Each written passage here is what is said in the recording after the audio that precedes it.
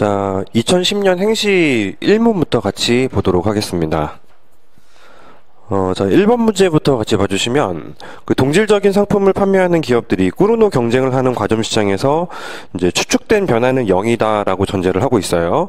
이제 러너 지수를 어떤 요인들에 의해서 결정되는지 도출하는 문제가 되는데요. 사실 이 문제가 처음 등장했을 때는, 사실 많이들 좀 당황할 수 있었던 문제라고 합니다. 그 근본적인 이유는, 그 아모르조 로빈슨 공식 있잖아요. 기본적으로 경제학에 등장하는 모든 모형들은 이제 도출을 전제로 하셔야 돼요. 기본적으로 도출을 하셔야 되는데, 이제 간혹가다 공부를 하시는 분들 중에는 이제 공식이 도출이 안 되어 있는 상태에서 내가 그걸 활용할 줄 안다라는 거를 이제 알고 있다는 걸로 착각하는 경우가 좀 있거든요. 모든 모형들은, 모든 공식들은 도출하는 것이 전제입니다. 지금 이제 일반적으로 아모르조 로빈슨 공식 하면 그 순서 독점에서 일반적으로 많이 쓴단 말이에요. 그리고 이제 뭐 3급 가격 차별 뭐 이런 데서도 일반적으로 가격과 이제 뭐 독점력, 수요 탄력성 요거 비교할 때 좀 많이 쓰잖아요. 과점 시장에서는 못 써봤기 때문에 일단은 여기서는 사실 조금 이제 당황할 수는 있어요. 자, 러너 지수라는 개념 자체는 공부를 하고 들어갑니다. 이제 P분의 이제 P-MC, 즉 가격을 바라봤을 때 MC가 얼마나 많이 떨어져 있는지가 바로 이제 러너 지수라고 보통 이야기를 하게 되고, 여기에 이제 아모르조 로빈슨 공식을 합치면은 이제 좀 간단하게도 나오죠. 가격 탄력성분의 1이라는 형태로도 이제 전개가 가능하다고 볼 수가 있는데, 이제 과점 시장이기 때문에 어떤 형태로 바꿔야 되는지에 대해서 고민을 좀 해보실 필요가 있죠.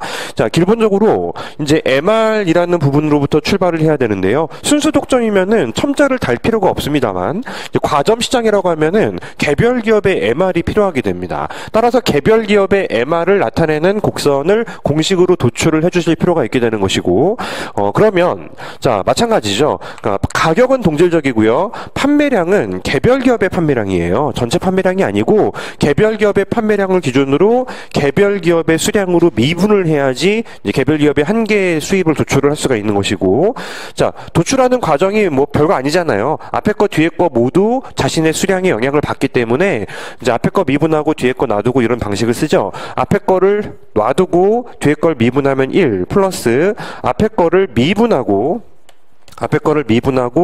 예, 뒤에 거를 이제 내버려 두면은, 자, 그게 바로 이제 뭐 합성 미분이라고 부르기도 하고, 자, 이게 바로 일단 그 도출 과정이라고 볼 수가 있습니다. 문제가 있어요. 일반적으로 아모르조 로빈슨 공식은 이제 가격 탄력성이라는 부분이 반드시 포함되어야 하는데, 이제 가격 탄력성은 개별 기업의 가격 탄력성이라는 개념이 없어요. 일단 전체 수요 곡선이 우하향하는 게 존재한다라면은 전체 수요 곡선의 가격 탄력성이 주어져 있는 것이기 때문에, 따라서 주어져 있는 변수들에 추가적인 게 또 필요하게 되는 것이죠. 가격 탄력성은 마이너스 dp분의 d 라지 q, 그 다음에 q분의 p로 전제가 되어 있는 것이기 때문에 여기 탄력성을 꺼낼 수 있는 것들을 다 이제 필요로 하는 것들을 집어넣습니다. 일단은 기본적으로 역수로 집어넣으니까 얘는 필요 없죠. 얘는 여기 있으니까 상관이 없는데 나머지가 모두 모조리 필요하게 되잖아요. 따라서 여기 p 있으니까 아래쪽에도 p, 위쪽에도 P, 그리고 자, 위에 또 Q가 필요하기 때문에 또 Q분의 Q 이렇게 필요하게 되고요. DQ 역시 마찬가지로 필요하게 되죠. DQ분의 DQ 집어넣으시면은 수식이 길고 복잡해도 가격 탄력성을 넣을 수 있는 부분만 솎아낼 수 있게 됩니다. 보시는 것처럼 여기 P, 아래쪽에 P, 그 다음에 이제 아래쪽에 DQ, 위쪽에 Q. 자, 이렇게 있으면은 탄력성 공식 집어넣을 수가 있잖아요. 따라서 이제 마이너스까지 고려를 해서 탄력성을 집어넣게 되면 P 이제 마이너스만 남게 되고요. 그리고 이제 2P분의 1이 일단은 등장하게 됩니다. 나머지 부분을 정돈할 필요가 있죠. 자, P라는 부분은 나중에 엮을 때 쓸 거니까 그냥 내버려 두면 상관이 없고요. 요거 Q분의 Q, Q분의 이제 개별 기업의 Q, 그리고 남아있는 부분은 얘가 남잖아요. 얘가 남기 때문에 DQI분의 D 라지 Q입니다. 모든 기업이 내가 수량을 바꾸면 다른 기업이 다 같이 변화한다라면 실제로 이 부분을 우리가 1이라고 가정할 수가 없어요. 기업 숫자가 3개면 다 같이 하나씩 증가시키면 다 같이 이제 플러스 3이 될 것이기 때문에 3이 나오게 되잖아요. 근데 지금 현재 상대방 기업들이 실제로 수량을 정하면 바뀐다면 나 때문에 바뀌진 않는다라고 믿고 있죠. 자, 실제로도 내가 수량을 바꾸게 되면은 다른 기업들 추측된 변화가 0이기 때문에 이 수량의 증가분은 내가 변화시킨 만큼이다라는 측면이 가미가 될 것이고 1이라고 볼 수가 있겠습니다. 따라서 최종적으로 정돈이 되는 부분은 1-2p분의 1이라는 우리가 일찍 알고 있는 그런 이제 그 모양새가 나오게 되고요. 두 번째는 q분의 qi라는 부분이 등장하게 되는 것이죠. 자, 배점이 14점이었어요. 공식을 도출하는 과정을 보여주지 않으면 일단은 풀 수가 없고 도출하는 과정을 보여주는 것까지도 모두 배점에 들어갈 가능성이 매우 높겠죠. 자, 주관식 경제학을 준비하는 이상은 여러분들이 어떤 형태의 문제를 만나더라도 그냥 공식을 꽁으로 쓴다라는 개념은 버리시는 게 좋습니다. 실제로 공부 내공이 조금 더 많이 쌓여 나가시는 분들은 빠른 속도로 해요. 이제 무슨 모형을 쓰건 무슨 공식을 쓰건 하다못해 이자율 평가서를 쓰더라도 굉장히 빠른 속도로 도출을 항상 전제로 잡아준다라는 것이죠. 감점 요인이 사라지게 됩니다. 보통은 이런 쪽에서 시간 관계상 도출이 조금 어렵다라고 판단되었을 때 이제 배점 요소가 이제 만점을 막기 위한 장치를 좀 이제 만드는 경우가 있다고 했잖아요. 이때 좀 많이 설정이 되기도 합니다. 그러면 이제 답은 나오죠. 이제 가격 탄력성에 의존해서 저게 이제 변동이 될 가능성이 높아지게 되는데요. 자, 개별 기업의 MRI라는 측면이었잖아요. 자, 독점력 지수에 다시 한번 집어넣고 정리하시게 되면은 P분의 P-MC는 P분의 P-MR이 되는 것인데요. 여긴 어디까지나 이제 개별 기업 차원이기 때문에 이 수식을 넣고 정돈하시면은 그냥 이제 2P분의 1, 그 다음에 Q분의 Q, 스몰 QI만 남게 됩니다. 일반적으로는 탄력성 가지고만 이야기를 했었는데 과점 시장에서는 시중에 몇 개의 기업이 현재 존재하는지도 독점력에 영향을 줄 수 있다라는 것입니다. 따라서 뭐 기업 숫자가 2개인 것보다는 3개인 경우에 독점력이 떨어지게 될 거 아니에요. 따라서 기업 숫자가 늘어나면 독점력은 감소하게 될 것이다. 이렇게 우리가 정리를 하셔야 되는 문제입니다. 일반적인 교과서에서 과점 파트에 이런 그 문항과 이제 내용이 정리가 절대 안 되어 있기 때문에 시험장에서 사실상 처음 보는 문제가 될 것이고 이제 처음 보는 문제를 만났을 때 내가 그간 연습해온 기본적인 도출 과정이 실제로 이제 응용될 가능성이 높다라는 겁니다. 완전히 새로운 모형이 나오는 것이 아니에요. 공부하고 정리한 것들이 그대로 변형돼서 나온다라고 보셔야지 이제 완전히 새로운 문제가 나오지는 않습니다. 자, 1번 문제는 이제 목차도 어느 정도 깔끔하게 짜면 좋겠지만 그거보다 중요한 것은 이 흐름을 보여주시는 거예요. 도출 과정, 그 다음에 이제 그 독점력 지수를 나타내는 개념, 거기에 더해서 이제 마지막에 나와 있는 수치를 보면서 탄력성하고 반비례하고 기업 숫자하고 또 반비례할 것이다. 이렇게 이제 정돈을 할 수 있는 것까지 요청하는 문제였습니다. 자, 두 번째 문제를 보겠습니다. 자, 두 번째 문제에 일단은 기본적으로 이제 좀 익숙하죠. 이거 지금 기출 반복되는 거 눈에 보이시잖아요. 거의 유사한 문제가 이제 2013년도에 출제가 된 적이 있었고 우리가 이제 2013년도를 이제 강의를 진행했기 때문에 풀어본 적이 있어요. 자, 1번 고용률과 실업률 사이의 관계를 노출하고 언론 보도의 이상 현상을 설명하는 게 2013년도 이제 재경 기출 문제에 완전히 동일하게 나왔고요. 이제 해설을 해드린 기억이 있는 것 같습니다. 자, 그거를 그대로 쓰시면 될 것 같아요. 두 번째, 이론적으로나 경험적으로 엄격한 고용 보호제가 실업률에 미치는 영향은 불확실하다라고 되어 있는데요. 자, 이게 실제로는 어떤 모형을 써서 꺼내서 여러분들이 이 증명을 해내는지부터 변별력이에요. 통상적으로 제가 보통 강의 중에 말씀드리는 두 개의 테마 있죠. 하나는 실업에 대해서 사례 문제가 나왔을 때 탐색 모형을 쓰자. 두 번째는 화폐 수요에 대한 사례 문제가 나왔을 때는 보물토빈 모형을 쓰자. 일반적으로 이 두 가지가 머릿속에 남아 있다면 이 모형은 딱히 뭘 써야 될지 모르겠다라고 판단이 든다 하더라도 이건 탐색 모형이 일단 그 머릿속에서 떠올라야 돼요. 실업 사례 문제가 등장하게 되었으면은 이제 피터 다이아몬드의 탐색 모형이 일단은 기본적으로 굉장히 좀 명쾌한 편입니다. 그리고 아주 치밀한 모형은 아니잖아요. 수식으로 끌어내는 모형은 아니기 때문에 이제 문제에서 요청한 우려하는 결론이 나올 수 있도록 이제 주어진 상황을 잘 이제 대비하시면 되는 거예요. 따라서 일반적으로는 보통 모형의 설정 단계가 10점이라면 보통 한 3점 정도 배점이 될 가능성이 높고요. 예, 낮으면 2점, 많아야 4점인데 방금 전에 말씀드린 두 개의 모형은 이제 모형을 활용하는 단계가 그렇게 치밀한 것은 아니기 때문에 모형의 설정 단계가 7점, 8점까지도 간단 말이죠. 한 7점 가겠죠. 따라서 여러분들 그 기억나시죠? 그래프 3개 이런 식으로 그리는 거 기억나시잖아요. 이쪽은 이제 그 노는 사람들, 취업자들 요 사이에 유보임금 결정되는 메커니즘. 두 번째는 H 그리면서 유보임금 결정되면은 그거 이상 이제 제한하는 기업의 비율, 수락 비율이 되는 것이고요.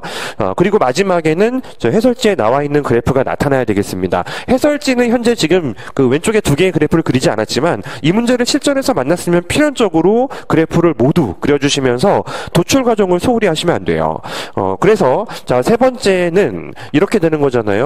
자, 현재 지금 U라는 부분이 있고 1-U라는 부분이 있으면은 지금 현재 이 사람들이 취업자잖아요. 곱하기 실직률하고 이쪽에 이제 F가 지금 구직률이 되는 거 아니겠습니까? 여기 이제 P 곱하기 H가 대체가 되는 개념이 된다고 볼 수가 있죠. H는 수락 비율이고 P는 직업 제한 비율입니다. 둘을 합친 것이 바로 고용 비율이 되는 거죠. 직업을 제한받았는데 그 중에서 수락한 비율을 곱하면 그게 바로 구직률이 되는 것이죠. 따라서 자, 이거 두 개를 그래프로 표현하는 거 어려운 작업 아니잖아요. 이렇게 1 기준으로 사실은 그림 그릴 때에는 1,1 범위 내에서만 그리시면 됩니다. 사실 이 실업률이라는 개념 자체가 1을 넘을 수는 없기 때문이죠. 여기가 U0인데 이제 문제에서 결론을 줬어요. 내가 이제 모형으로 짜맞추는 거예요.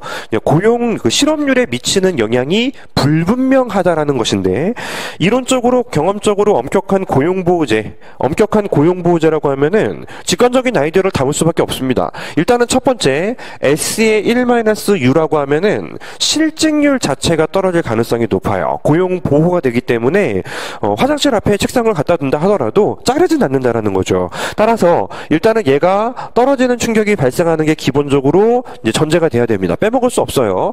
근데 이것만 넣으면은 실업률이 감소하는 형태를 보여야 되기 때문에 문제의 결과를 맞출 수 없으므로 얘가 다시 올라갈 요인이 있다든지 얘가 떨어질 요인이 있다든지를 어떻게든 찾아내시고 그 논리에 의해서 이 어떤 그 문제에서 설정된 거를 지지할 수밖에 없지 않겠습니까? 첫 번째는 S가 도로 올라갈 이유는 없어요. 그죠? S가 도로 올라갈 이유는 없고 뭐 구태여 뭐 짜맞추지 못한다라는 건 아니에요. 고용보호라는 거는 통상적으로 정규직 관련자에 한해서 결정되는 것이기 때문에 비정규직을 많이 자르면 S가 돌아갈 수도 있는 겁니다. 가능하죠? 그죠?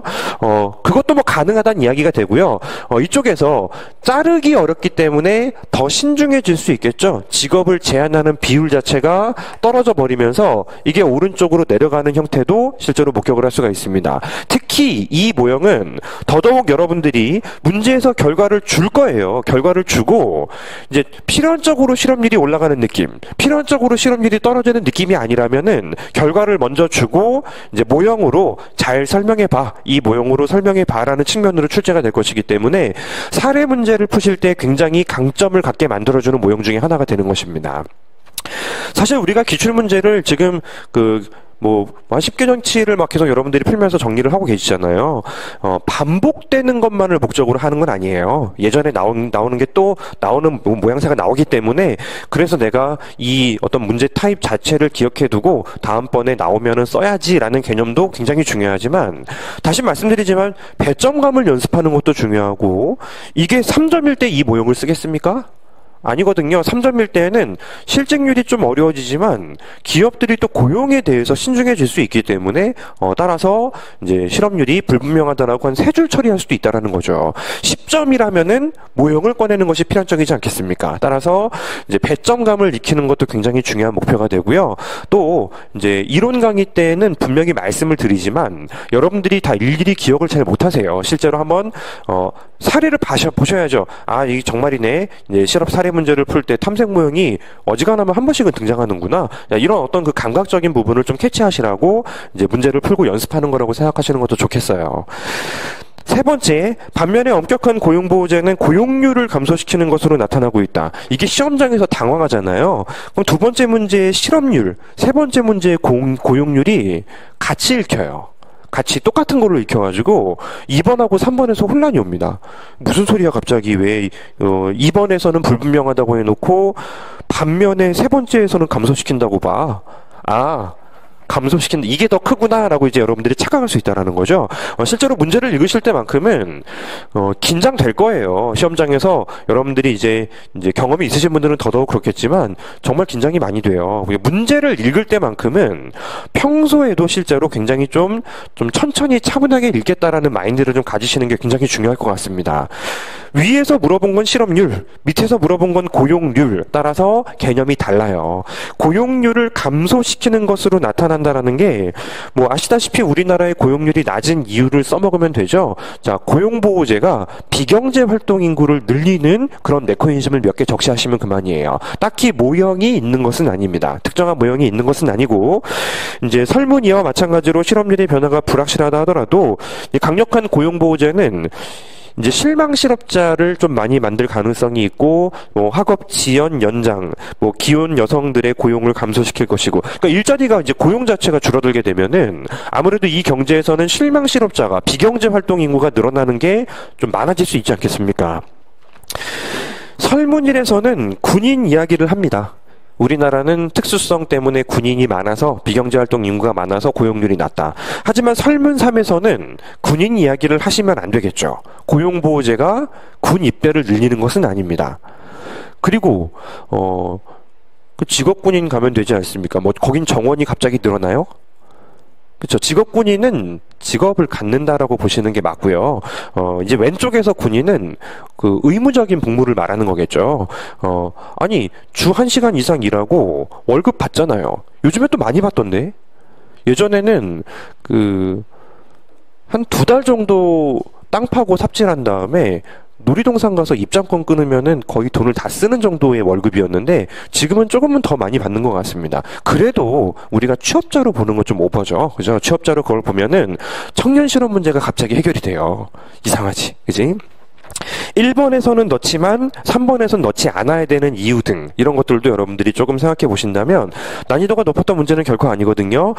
좀 뽑아낼 수 있는 부분들을 또 가져가시는 타입이 되겠죠. 자, 넘어가도록 하겠습니다. 자, 세 번째 문제 보시면 이제 미시경제학 문제가 등장하게 됩니다. 자, 일반적으로 미시경제학은 이제 계산을 정확히 잘 해내는 것이 제일 중요해요. 따라서 특히 미시는 분량이 중요하지 않다. 거시는 내공을 담으려면은 분량이 중요해집니다. 하지만 미시경제학은 내공보다는 정밀함이 중요하기 때문에 실제로는 여러분들이 그 배점 때문에 고민할 필요는 없다라는 것이죠.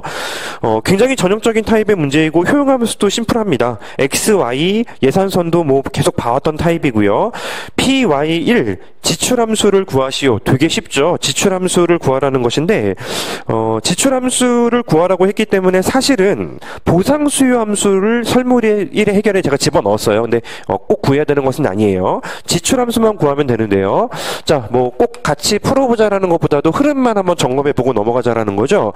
뭐든 이제 TC라고 하기도 하고 그냥 문장에서 적혀있는 것처럼 M이라고 하기도 하고요. 이제 다른 문자를 쓰는 것도 이제 좀 가끔 보이는 것 같습니다. E라는 표현을 쓰기도 하죠. expenditure라는 표현을 쓰면서 자, pxx 플러스 pyy 그 다음에 x와 y를 어떻게 할 것인지를 푸는 것이 힉스 수요함수를 구하는 느낌이 되는 거죠.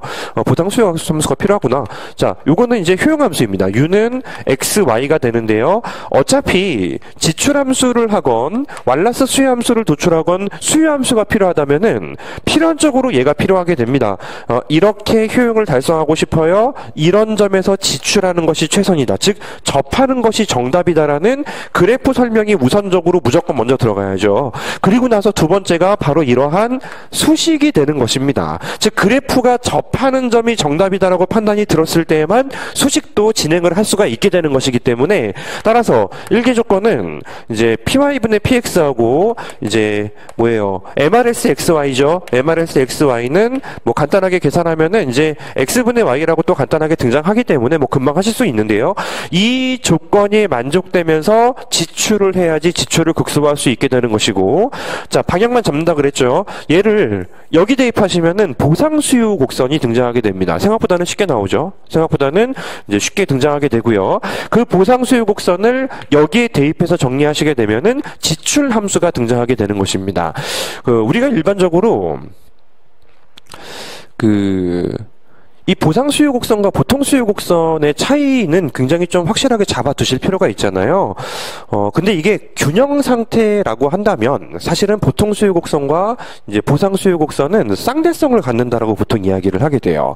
근데 그 쌍대성이 거창한 이야기를 하는 것은 아닙니다. 현재 좌표에서는 보상수요 곡선으로도 의미가 있고 보통수요 곡선으로도 같은 좌표이기 때문에 의미가 있고 변동되지 않는다라는 것이고, 그 쌍대성은 이제 무언가 가격이 되었을 때까지 쌍대성은 아니에요. 그러니까 균형점에서 지속이 될 때의 일반적인 쌍대성을 보통 이야기할 수가 있는 것인데, 여기서는 상관없죠.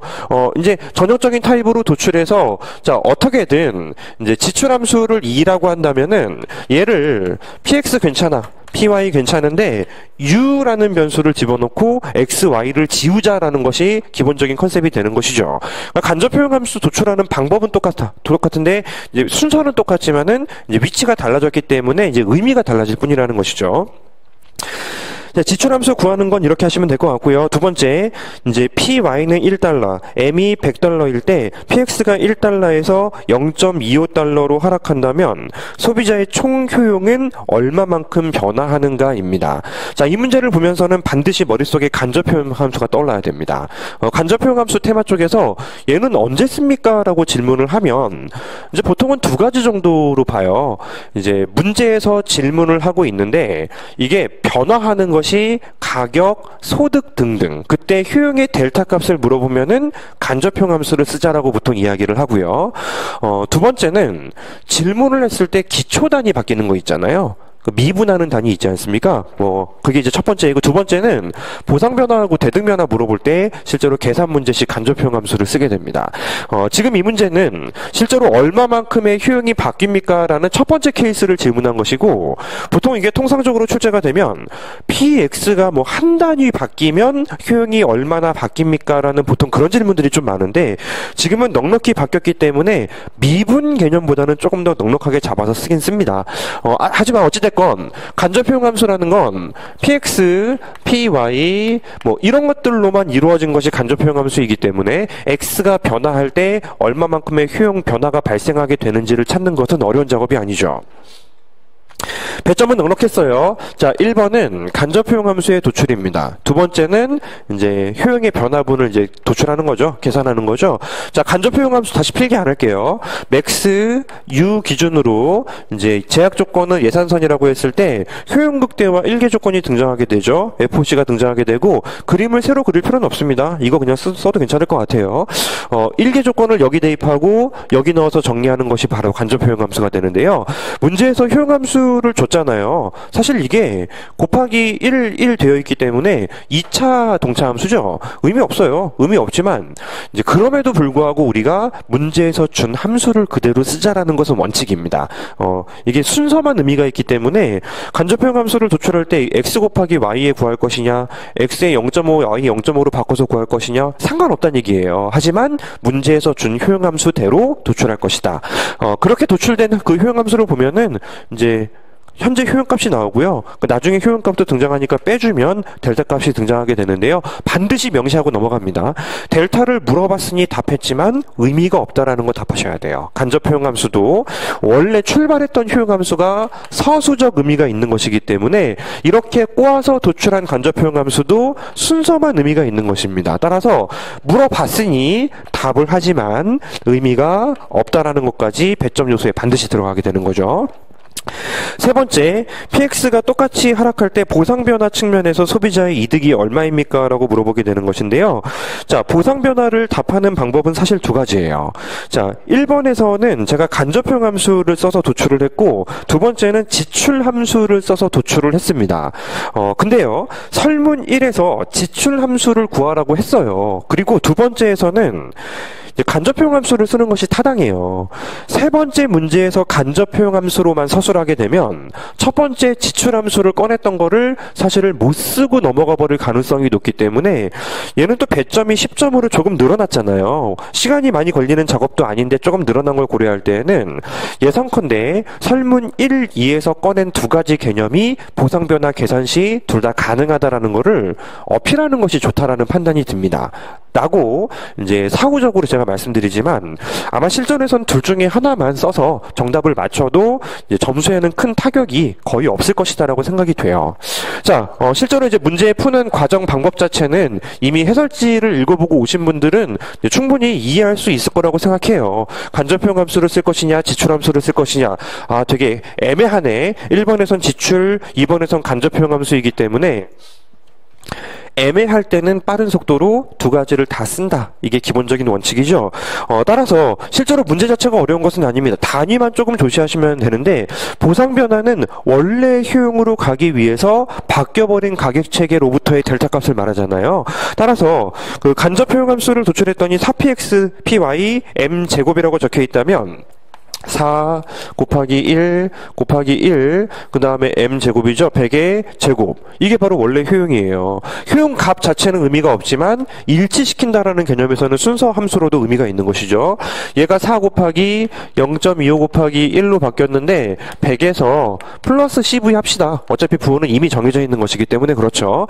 자, 이렇게 그 바뀌어버린 가격 체계에서 소득이 얼마만큼 바뀌면 이제 원래 효용을 달성할 수 있느냐라는 이제 보상 변화라는 정의하에서 수식이 도출되는 것이고요.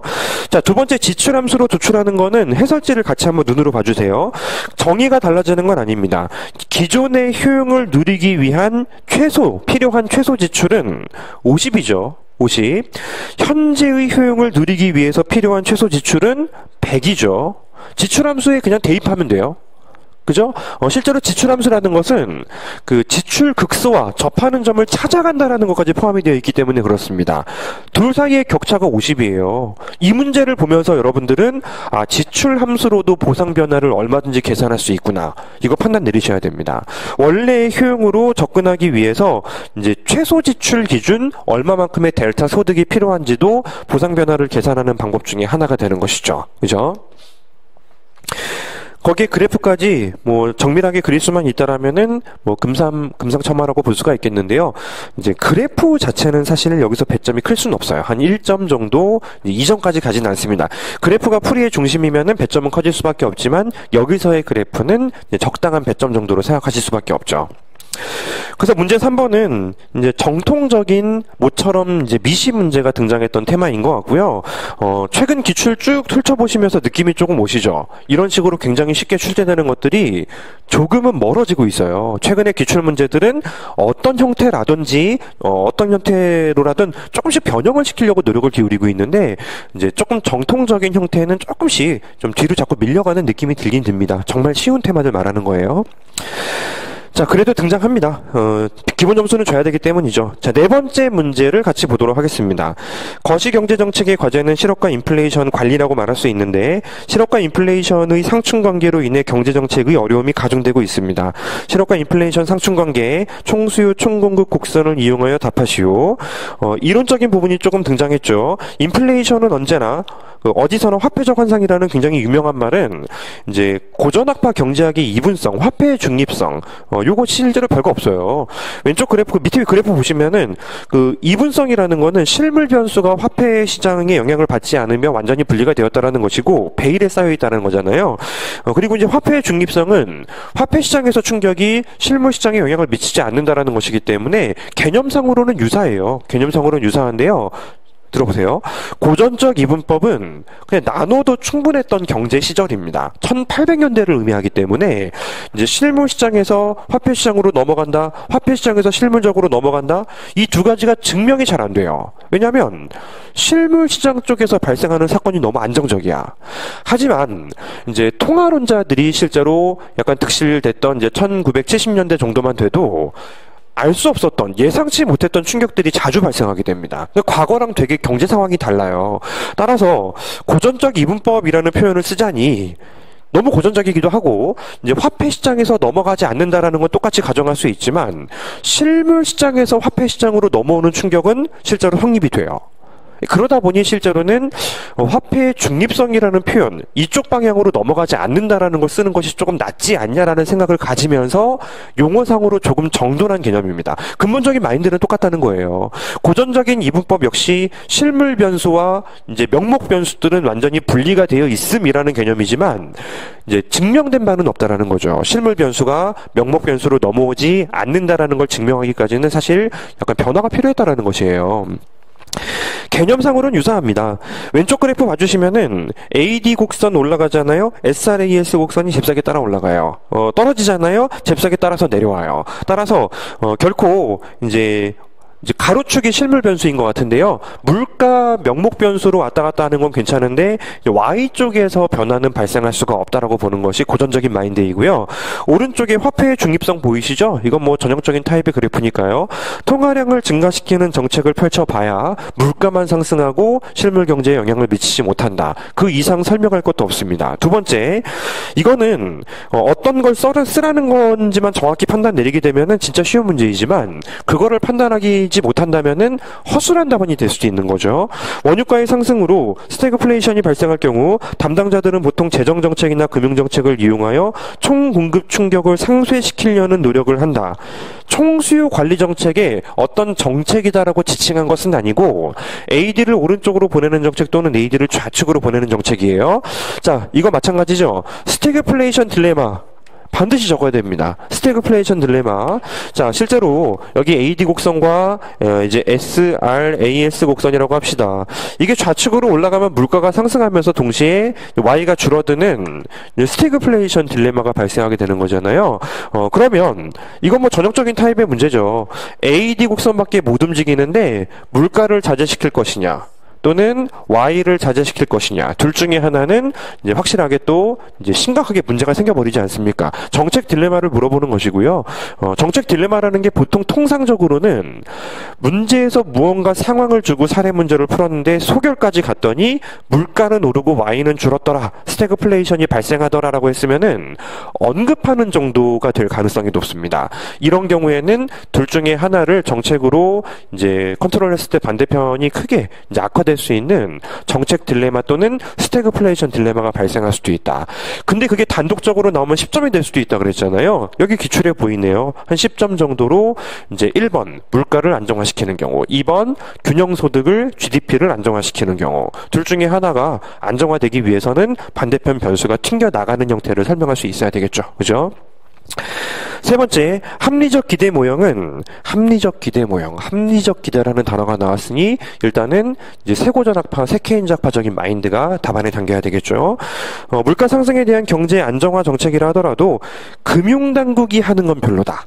금융당국이 하는 건 별로다. 왜 그렇습니까? 라고 질문하게 되면 통화정책에 대해서 별로인 이유를 적어야지 라고 일단은 징검다리를 조금 단순하게 문장을 단순화시킬 필요가 있지 않겠습니까? 통화정책은 별론가 보네. 물가 상승에 대한 경제 안정화 정책, 물가 상승 이거 말하는 것 같은데 왼쪽으로 통화당국이 AD를 왼쪽으로 보내는 정책 펼치는 거 말하는 것 같아요. 따라서 긴축적인 통화정책을 펼치게 되는데 이거는 별로다라고 이야기를 하네요. 긴축적인 통화정책을 펼치면 별로인 게 일단은 여기저기서 머릿속에 떠오릅니다. LN 곡선이 좌측으로 가면 IS 곡선이 우하향하기 때문에 투자가 좀 줄어드는 현상이 발생할 수밖에 없어요. 그 실물 투자가 감소하는 현상이 발생하기 때문에 경기 침체가 제대로 가속화될 수도 있다라는 거죠. 그죠? 일단은 뭐 기본적으로 그것 때문에 그런가라는 생각이 들 수 있어야 됩니다. 해설지에 그거 안 적혀 있죠? 그죠?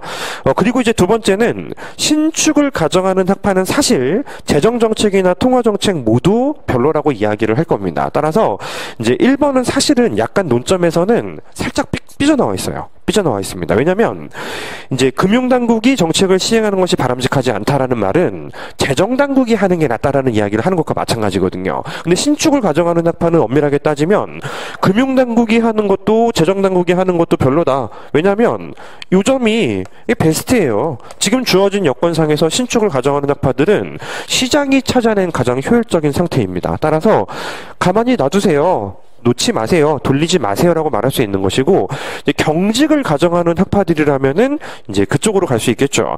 이제 물가 상승이라는 측면이 좀 자제시키는 과정에서 이자율이 올라버리면서 투자가 구축될 수 있지 않습니까? 라는 이야기를 할 수 있는 거예요. 그래서 자 일단은 약간 좀 이제 좀 애매한 측면이 조금 존재할 수 있는데 일단은 그렇다 칩시다. 합리적 기대하면은 일단은 이제 신축적인 경제학자들이 굉장히 좀 신나서 만든 모형들이기 때문에 그분들의 아이디어를 또 뭐 담을 수는 있죠. 그리고 두 번째 이 2번 목차를 꺼내는 것 자체가 엄청난 변별력이에요. 이 문제는 통화 정책이 별로다라고 이야기하는 것인데 통화 정책의 한계가 교과서 여기저기에 산재가 되어 있습니다. 그 중에 하나는 금융 시차예요. 정책을 펼치고 효과가 발생하기까지의 시차를 우리가 외부 시차라고 부르고 있는데 통화량을 감소시키건 증가시키건 실제로 효과가 발생하기까지의 이 루트 자체가 시간이 상당히 많이 걸리기 때문에 봐요. 일시적이어서 돌아왔습니다. 돌아왔어요. 일시적이어서 돌아왔는데 그제서야 충격이 실제로 정책의 효과가 발생해버리면은 쓸데없이 좌측으로 이동하는 현상을 추가 유발시키는 것이죠. 이건 별로라는 거예요. 그래서 이 세 번째 문제는 해설지를 봐서 이해가 안 갈 건 없어. 하지만 해설지에 적혀있는 목차를 내가 과연 시험장에서 유사 문제를 만났을 때 이런 태도로 꺼낼 수 있을 것이냐라는 것입니다. 비슷한 타입으로 볼 수도 있겠죠. 예를 들어서 뭔가 사례 문제를 던져주면서 이제 재정당국이 하는 건 별로다. 통화당국이 하는 게 유리하다라고 하면은 이제 기본적인 모형에서 보일 수 있는 것들은 다 떠올려요. 하지만 이번에는 내부 시차가 길죠. 하지만 통화당국이 할 때는 일단은 바로 지를 수가 있는데 재정당국이 진행할 때에는 국회도 거쳐야 되고 승인도 받아야 되고 예산적인 문제도 있고 또 민간들이 또 좀 눈에 띄는 거기 때문에 실제로 민간들의 저항이 있을 수도 있고 이제 여러 가지 문제가 있을 수 있으므로 시행 자체가 어려울 수 있다. 이런 코멘트를 달 수도 있어야 된다는 거예요. 네 번째 문제는 그런 의미를 갖습니다. 자, 요 정도 난이도만 돼도 실제로는 이제 뭐 아주 낮진 않고요. 뭐 아주 높지도 않고 적정 수준의 난이도랄까요? 뭐 그런 느낌이었는데요. 일단은 뭐 전반적으로 약간 또 굉장히 중요한 포인트들도 여러분들에게 좀 전달을 시켜드려야 되는 타입으로 출제가 되었습니다.